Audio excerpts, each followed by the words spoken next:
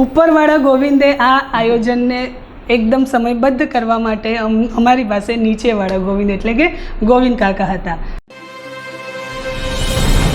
નમસ્કાર દર્શક મિત્રો, SRK નોલેજ ફાઉન્ડેશન અંતર્ગત SRK ઇન્સ્ટિટ્યૂટ ઓફ સ્કિલ્સ અને સેન્ટર ફોર સોશિયલ સ્ટડીના સહયોગથી એક જબરજસ્ત કાર્યક્રમ સેન્ટર ફોર સોશિયલ સ્ટડીના વિઝડમ હોલની અંદર આયોજિત થયો. 52 સપ્તાહનો ગીતા સાનિધ્યનો કાર્યક્રમ. તમે આવું કોઈ દિવસ સાંભળ્યું જ નહીં હોય કે 52 સપ્તાહ સુધી ગીતા ઉપર વાત થાય.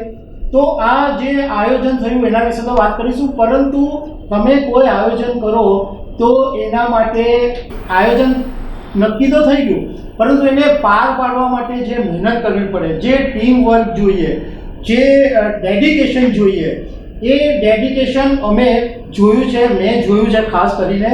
તો આ જે આખું જેમણે સંચાલન 52 સપ્તાહ સુધી 51 સપ્તાહ પૂરા થઈ ગયા છે, 51 સપ્તાહ સુધી જેમણે વ્યવસ્થિત રીતના આખું સંચાલન જે સંભાળ્યું હતું એવા તેજલબેન પારેખની સાથે આપણે વાત કરીશું કે આ આખું કાર્યક્રમ કેવી રીતના નક્કી થયો. તેજલબેન, ખબર છે .comમાં પહેલાં તમારું સ્વાગત છે. અમારે એ જાણવું છે કે હું પોતે આ 51 સપ્તાહ આ કાર્યક્રમમાં હાજર રહ્યો હતો. મેં જોયું કે સમયની બાબતમાં એકદમ પરફેક્ટ, 1 મિનિટ મોડું નહીં થાય અને 1 મિનિટ મોડો કાર્યક્રમ પૂરો નહીં થાય, એકદમ પરફેક્ટ આયોજન. બીજું, તમે જે તમારું ટીમ વર્ક છે એ પણ મેં જોયું, અને એ તમારા જે શબ્દો જે તમે શરૂઆતમાં બોલો, અને આ એક શબ્દ તો મોડે થઈ ગયા કે લોકો બી શીખી ગયા, જય શ્રી કૃષ્ણ. હું પોતે વૈષ્ણવ છું પણ આવું કોઈ દિવસ નહીં બોલતો હતો, પણ તેજલબેને શીખવાડી દીધું કે શરૂઆતમાં જય શ્રી કૃષ્ણ બોલવાનું, અને જય શ્રી કૃષ્ણની શરૂઆત કરે ને બધા જ બોલે. તો એમની પાસેથી ઘણી બધી બાબતો જાણવી છે. તેજલબેન, તમારી પાસેથી એ જાણવું છે કે 51 સપ્તાહ સુધી જે વક્તાઓ આવ્યા, મેં જોયું કે કોઈ દિવસ કોઈ પ્રોબ્લેમ નથી આવ્યો કે કોઈ વક્તા નહીં આવ્યા, મોડું થયું, આ તે બધું. તો આ બધું મેનેજમેન્ટ કેવી રીતના થયું, કેવી રીતના તમે વક્તાઓ નક્કી કરતા હતા? નમસ્તે, થેન્ક યુ રાજેશભાઈ. જય શ્રી કૃષ્ણ ટુ ઓલ. નક્કી કરવાવાળો જે મેં હમણાં કહ્યું ને, એ ઉપર બેઠો છે તે મારો શ્રી કૃષ્ણ, આપણા બધાના શ્રી કૃષ્ણ. વક્તાઓ નક્કી કરવા માટે મને એક ગાઈડલાઈન આપવામાં આવી હતી કે એવા વક્તા નક્કી કરવાના કે જે શ્રીમદ ભગવદ્ ગીતાને પચાવી જાણે છે, જે એ પથ ઉપર ચાલે છે. તો ઇટ્સ અ ટીમ વર્ક. કોઈ એક વ્યક્તિનું હું એમ ન કહી શકું કે આ મેં શોધ્યું, પણ મને પ્રેસિડેન્ટ સર કમલેશભાઈ પાસેથી નામ મળે, નામ ઉપર અમુક ગાઈડલાઈન પ્રમાણે અમારે જોવાનું હોય જે તે વક્તા શ્રીમદ ભગવદ્ ગીતા આધારિત એમણે શું કામ કર્યું છે, એમના જીવનમાં ગીતાજીનું શું મહત્ત્વ છે. એટલે યુટ્યુબ પર વિડીયોઝ જોઈએ, એમના લેખ જોઈએ, અને એમનું જે જાહેર જીવન છે એના ઉપરથી નક્કી થઈ જાય કે yes, this is the man or this is the lady for our discourse. That's it. તેજલબેન, તમારી પાસે એ પણ જાણવું છે કે આટલી બધી સમયની પાબંદી એકદમ મસ્ત, એટલે 6 વાગે ને 6 ને 5 નહીં થાય, તમારો કાર્યક્રમ 6 વાગે હોય તો 6 વાગે એક્ઝેક્ટલી નક્કી જ થઈ જાય.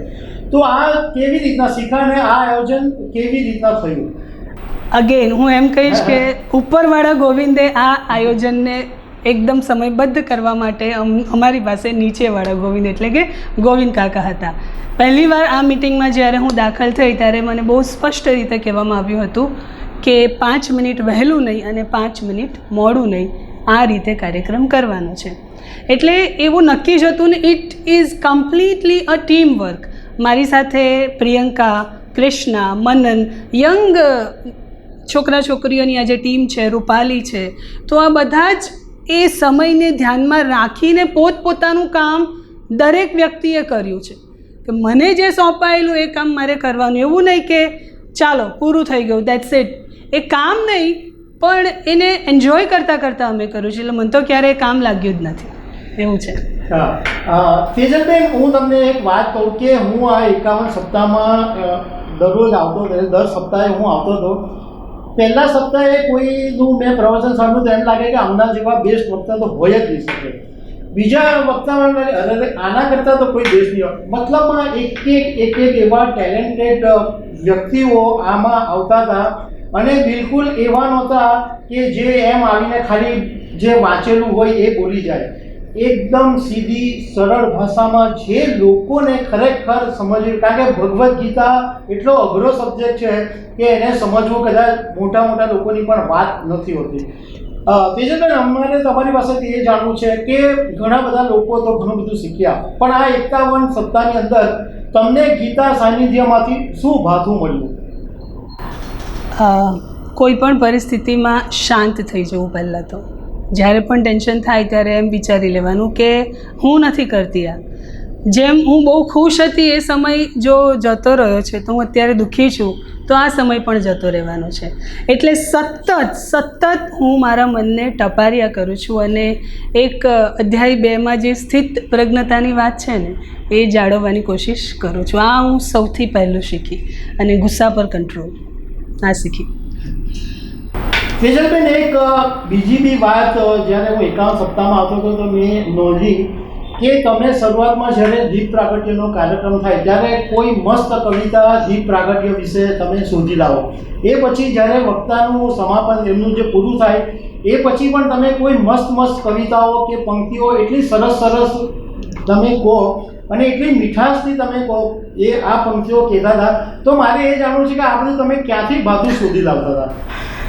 અગેન એવું છે ને કે what goes around that comes around. Social media ઉપર અગર હું એક એડવર્ટાઇઝમેન્ટ જોઉં છું સેલફોન ખરીદવાની, તો રોજ મને એવી જ એડવર્ટાઇઝમેન્ટ દેખાય છે ને, તો મારા સેલફોનમાં હું માત્ર શોધતી હતી શ્રી કૃષ્ણને, તો મને ઓન એન એવરેજ એવું જ દેખાતું હતું. એટલે દીવા માટે આપણે બહુ જ સામાન્ય રીતે શ્લોક બોલીએ છીએ, શુભમ કરોતુ કલ્યાણમ. તો મને એવું થયું કે બીજું શું બોલી શકાય. તો એકવાર મને એક કવિતા મળી, બીજી વાર કવિતા મળી, પછી મને એવું થઈ ગયું કે હજી શું છે સાહિત્યમાં. તો અઢળક કવિતાઓ હિન્દી ગુજરાતીમાં દીવા ઉપર લખાયેલી મને મળી. કદાચ 52 અઠવાડિયામાં મારી પાસે નહીં તો 40 કવિતાઓ તો છે જ જે દીવા પર છે. અને બીજી વાત એ કે સત્ર પતે પછી તો એ કદાચ શ્રી કૃષ્ણની કૃપા છે. તમે મને એવું પૂછ્યું કે હું શું શીખી, તો ગીતા સાનિધ્યની આ કદાચ દેન છે કે હું ત્યાં બેઠા જ જે વક્તા બોલે છે એમાંથી કંઈ સૂઝે છે અને હું લખી દઉં છું. દાખલા તરીકે જીવાતા જીવનની આ વાત છે, 16 કળાએ ખીલવાની આ વાત છે, કે પ્રેમ આપીને પામવાની આ વાત છે, આસક્તિ છોડીને કશું મેળવવાની આ વાત છે. સમથિંગ આવું જાતે લખાઈ જાય છે અને એનો મને ખૂબ આનંદ છે. Tejalben, thank you very much. ખબર છે ડૉક્ટર પર. Thank you so much. શ્રોતાઓ, 52મું અઠવાડિયું ગીતા સાનિધ્યનો સમાપન સમારોહ શનિવારે 22મી જૂન સાંજે 5 વાગે સંજીવ કુમાર ઓડિટોરિયમમાં. રજિસ્ટ્રેશન કરવાનું ભૂલશો નહીં અને આવવાનું ચૂકશો નહીં. જય શ્રી કૃષ્ણ.